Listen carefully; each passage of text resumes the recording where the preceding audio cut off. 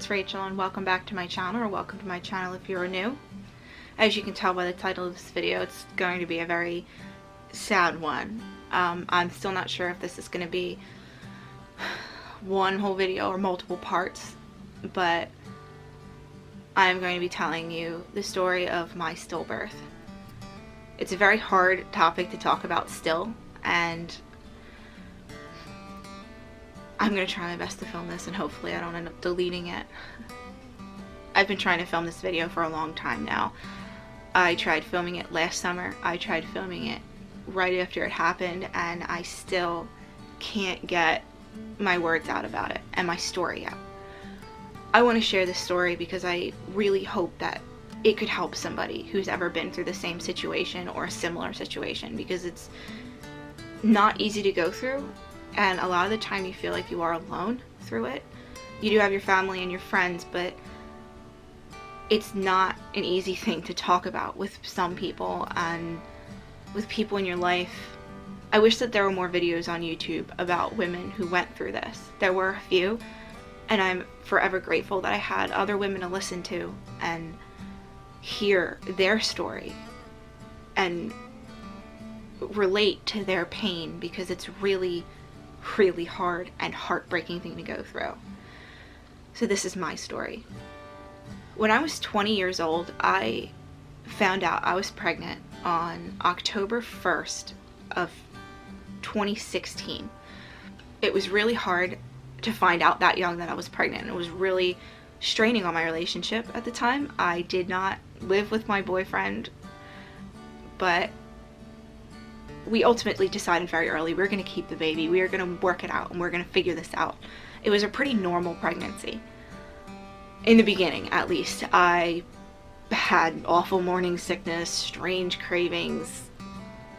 It was typical. There wasn't really anything abnormal about it. I got my first ultrasound. I think I was like 8 weeks. I will put a picture here. Little baby Bean just floating around in there. And at that point, we started to get a little excited, and still very scared, but excited about this journey that we were going to go through. I decided that I was going to do the sequential screening blood work that looks for abnormalities, specifically Down syndrome. It's 2 sets of blood work. The first blood work, I believe I did around 10 weeks. I don't really remember. It was a while ago, so bear with me. I don't remember the exact dates, but I believe it was about 10, 11 weeks when I got the first set of blood work done.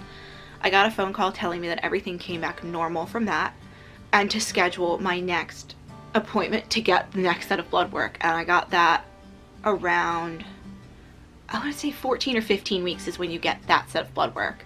At some point in between that, I did get another ultrasound, and I will post pictures here. I don't know the exact date that was either, but it was somewhere between that time. I believe it was the 12-week scan that I did. So I got blood work around 10 weeks, I got a 12-week scan, and then I got blood work again around 14 weeks. This was around December. I remember it was around Christmas time, and it was right after Christmas that I got a phone call saying that my blood work had come back slightly abnormal and there is a chance that our baby could have Down syndrome. The doctor asked me if I wanted to wait until my anatomy scan to do another set of blood work and check for other abnormalities, or if I would like to come in a little bit earlier and do an ultrasound.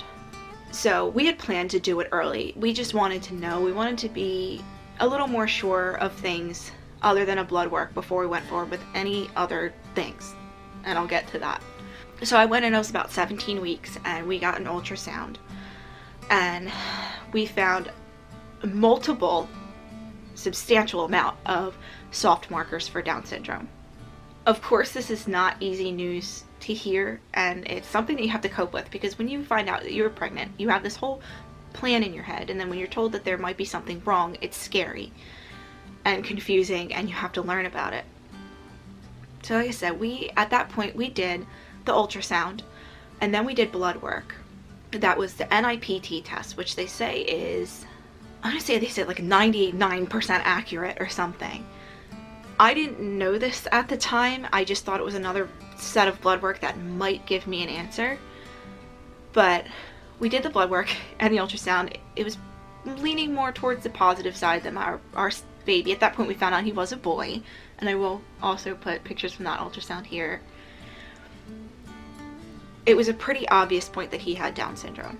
So we went home, we talked about it, and we had come to terms with the fact that there was a high chance we were having a baby with Down syndrome, and that we were going to go forward with learning this process and having our baby, and it's going to be a whole different journey than we expected, but we were going to do it. And we were getting really excited about it. And we were ready to do this. So about a week later, I got a phone call for my results for that blood work, and it did come back that it was showing signs for Down syndrome. And I had asked the doctor, what does that mean? What are the chances? And he said to me, it's a 50-50 chance. To me, that wasn't what I wanted to hear. I wanted to know, is it a 1 in 10? Like, what was the chance that our baby had Down syndrome? And he said the only way to really know for sure would be to do amniocentesis. He said, would you like to come in and do that? And I said, not right now. I want to wait until I get my anatomy scan, and then we'll decide that then. So a couple weeks go by, and I'm about 20 weeks and 5 days. I was 20 weeks and 5 days when I went in for my anatomy scan. The scan went the same way as it did for the previous ultrasound that we had. We found more markers for Down syndrome, and it was looking pretty sure that our son had Down syndrome. The doctor then asked me, would you like to do the amniocentesis to be sure? She was kind of pushing it on me. She said, there is a small chance that if you go through with having this test done, that you could lose the baby. She said it was very, very, very small. I was really on the edge about it. She was pushing me to do it. I didn't know for sure, and I thought at that moment to do it.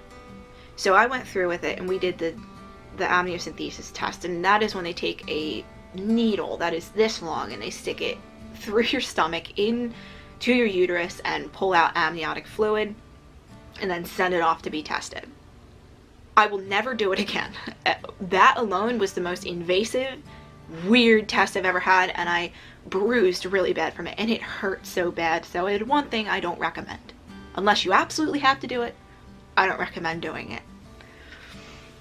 Anyway, so we left that appointment being pretty sure that our baby had Down syndrome.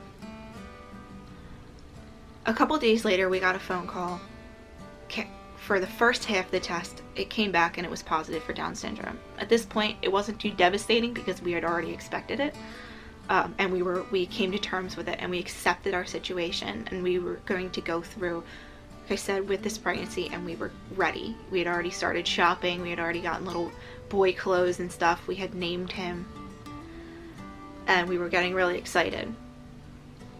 I think I'm going to cut this part off here because the next part gets really deep and it gets really hard to talk about. So I'm going to take a minute, and I will link the next part of this down below in the iCards.